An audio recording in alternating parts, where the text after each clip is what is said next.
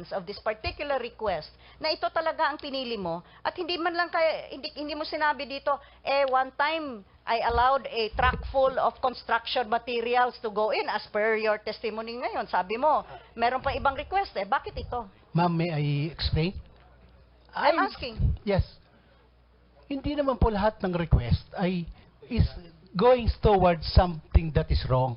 There are also requests like this to favor a preacher Bakit who ito nga? is limping. I would just like Nailagay to... ko lang po because Why not? it's a tell-all. Why not the request of construction materials Ma'am, coming accepted into yun. the? If you have to Isa-isa lang po ang sagot, no? Let the please don't argue. yes, thank you Let po. the question. Let the congresswoman finish her question, and then you please answer. Ma'am, proceed please. Yes. Sinabi mo naman by way of information lang ito. You included this by way of information. Yes, of course, all of these are information, but all the rest are revelations of something that is worth investigating because this is involving drugs and this is involving money changing hands. Etong paragraph 12 has completely nothing to do with all the other revelations that you have presented in the previous 11 paragraphs. And that is why I tried to lay the premise and I asked you, may dumarating ba sa inyo ng mga request? Sabi mo naman, during your 3 months, yes ma'am, dumarating sa akin. Sabi mo, there were about 4 requests na dumirekta sa iyo. And I presume of the 4 na dumirekta, this is one of those 4 requests na dinirekta kayo. First question, this has totally no relevance to your previous 11 paragraphs. Second question, why of all, if you would say that this is just by way of information, you wanted to come clean, you wanted to be transparent, why of all the 4 requests, ito pa, sabi mo nga, humanitarian ito. Siguro you would Your have Honor, raised your time is eyebrows. up. I still have other questions if I may stretch because I think it is important. Mr. Chair, Okay, 1 minute more. kindly give me 3 minutes more, Mr. Chair. Your Honor, Yes, Mr. Chair. I think the other congressmen were also given about 6 minutes. I was even cut at the Yeah, but you were height given 10 minutes, Mr. Chair. So, yun lang, 2 questions ko lang. What is the relevance of this? Ipangalawa, bakit ito ang pinili nyo?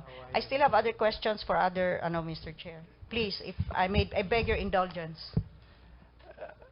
Last 2 questions, The please. first question, ma'am, is relevance ito. Well- This is only an information I place in here. Whatever the relevance is to be determined by people conducting the investigation. If I am wrong in placing this, but this is true. Second, the second question, ma'am, bakit ito pinili ko? Because I'm just trying to show na hindi naman lahat ng request po ay palusot. There are requests na for humanitarian reason. Yeah, it's just a repeat. Mr. Chair, I was earlier assured by our chairman that I would be given 5 minutes. Because my question is would be directed... Excuse me, Your Honor, I did not say you have 5 minutes No, more. I was because there are a referring lot to... of- I was earlier referring to Chairman Umali, But Mr. Chair. the problem is he asked me to take over, and there are a lot of congressmen still on deck. Okay, last 2 questions, Mr. Chair. Okay, Mr. thank you. J.B. Sebastian, Yes, Your Honor. you were earlier grilled on your inability to remember whether it was in fact 8 times or 12 times that you did see Secretary De Lima. Yes, Your Honor. Tanong ko lang, ilang years ka na sa loob ng NBP 2009 po ako dumating dyan, Your Honor. hanggang ngayon? Yes, Your Honor. During all of that time, bumibisita ba asawa sa'yo? Yung Asa- asawa mo? Yes, of course, Your Honor. Ilang beses? Can you exactly count? Of course, hindi po. Okay. My next question, my second question, and this will be directed to the Deputy Director of Financial Services. just as a follow-up to that, of course, in much the same way, you could not have remembered whether it was 8 times or 12 times. Exactly, Your Honor. Okay. We go to the Deputy Director of Financial Services. Is he still there? If he is not there, then Mr. Jonel Sanchez and Mr. Romel Falcasantos, you belong to the PSG. What does Yes, the ma'am. PSG stand for? Area Security, ma'am. Ano ibig sabihin ng Presidential Security PSG? Group, ma'am. Ano? Presidential Security Group. Yeah, ang tanong ko lang, so Presidential Security Group, you are supposed to secure the President. Correct, ma'am. Ngunit inassign kayo kay Secretary De Lima. Yes, ma'am. Is that normal procedure? Ma'am, President na po yung nag-decide niyan, ma'am. Yung ibang secretaries ganun din? Yes, ma'am. Na-assignan din Yes, ma'am. ng PSG? Yes, ma'am. So do you, Jonel Sanchez, may claim dito si Mr. Sebastian, nag-text ka raw na wrong text mo raw Sweetie, ito text ni JB sir, nandito kayo kanina, yung bagong spokesperson ng komando nagpapasayaw ng bold show, nagreklamo sa akin mga dalaw. Tapos sabi, wrong text. Andyan pa ba sa'yo? Do you still have a copy of this wrong sent na message? In my cell phone, Your Honor? Yes. Wala na po, Your Honor. Do you, pinadala mo ba ito? Hindi po, ma'am. So, hindi natin ma-proven kung sinong nagsasabi ng totoo. Yes, ma'am. You deny it? Yes, ma'am. Totoo po yan, Your Honor.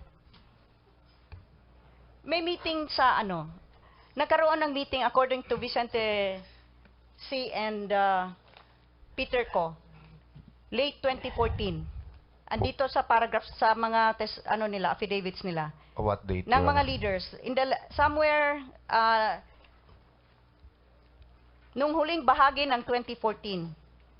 Tinawag ako ni JB at ibang leader ng mga gangs para sa isang meeting sa kanyang kubol. This is by Vicente C. At the same time, may testimony din dito si Peter Co. Na pinatawag, paragraph 11, napatunayan ko talaga na totoong malakas at malapit si JB sa dating Secretary Laila de Lima nung pinatawag niya kami sa kubol niya noong bandang huling bahagi ng taong 2014. So, dalawa nang nagsasabi, tinawag daw sila. That So would did be the others. last question, Your Honor. Nangyari ba ito? Hindi po, Your Honor. Hindi ito nangyari? Hindi po. Hindi sila nag-meet sa kubol mo? Hindi po. Hindi rin nag-meet? Ito rin testimony ng ibang mga leaders ng gangs Yes, Your Honor. Is the Deputy Director back ng NBI? Were you there when the Galugad was conducted? You were there? Ilang kubols ang ini-raid ninyo? Your Honor, that would really be the last question. Yes, no? yes, Mr. Chair. Thank you for your indulgence. Ilang kubols? I cannot recall the exact number, Your Honor, but There was marami po. testimony earlier by JB Sebastian that 19 kubols were raided. Corrections, Your Honor. 20 kubols. 20 including yours? No, Your Honor. Doon po kasi sa list ng 19, meron pong naiwan sa hospital. Yung pang 20, si Ben Marcelo, Your Honor. Okay, so 20 kubols ang na-raid. Do you confirm this? Your Honor, as I said earlier, hindi ko po But na-raid ba ang kubol ni JB Sebastian? hindi po, Your Honor. Bakit hindi ini-raid? It was supposed to be the biggest. Hindi ba pinakalaki ito na kubol? Your Honor, wala po kasi siya sa listahan Sino gumawa ng listahan? I have no knowledge, Your Honor. Sinong nagbigay sa'yo ng listahan? Wala po akong listahan, Your Honor. Bakit sinabi mo wala sa listahan? As what I have said, Your Honor, na nasa listahan Representative yung Gonzaga, please prepare. May listahan po kasi, Your Honor. Narinig ko as what I've read. And you have no knowledge kung sinong nag-prepare? No, Your Honor. Okay, thank you, Mr. Chair. Thank you. Representative Gonzaga. Thank you, Mr. Chair. My question would be for Vicente C. Sabi mo kanina, may kaibigan ka na artista. Totoo, hindi? Opo. Opo. Ang sabi ni Areli dito, yung artista na pumapasok doon ay si Susana Roses. Opo. Si Rosana Roses, totoo ba yan? Opo. Sinabi mo, tinanong ka kanina ni Representative Crisologo, ang sabi niya, nagdadala si Rosana Roses ng babae para sa inyo. Totoo ba yan? Para sa mga kung gusto kumuha, hindi lang ako. Anong ibig sabihin ng kumuha? Kung sino gusto babae. Hindi nyo ba alam na sa sinabi nyo ngayon, may isang batas na pwede kayong kasuhan, yung human trafficking? So, dahil sa revelation nyo na ito, ay pwede kayong kasuhan ng Republic Act 9208 for human trafficking. Alam nyo ba ito? Hindi ako nadalala eh. Hindi ikaw nagdadala. Oo. Si Rosana Roses ang nagdadala. Oo, siya punta dito, bilhin na babae. Okay, sige po. Sabi nyo po rito sa affidavit nyo, ay nagbigay kayo ng 1 million pesos para maibalik kayo sa maximum prison from Sablayan, Mindoro Occidental. Opo. At sabi nyo rin dito na nagbigay kayo ng 600,000 pesos para mailabas si Peter Ko sa Bartolina. Opo. Totoo yan. At nagbigay din kayo ng 500,000 kay Colonel Eli. Opo.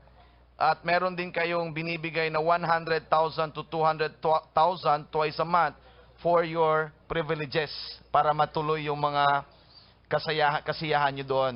Oo, kaduwakan.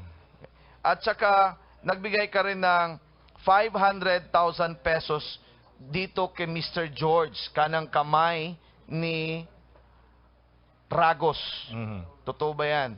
Oo. At saka nagbigay ka rin ng 1 million pesos para kay Julius Rehoso para maibalik ka para bigyan ng pera si Undersecretary Baraan. Opo.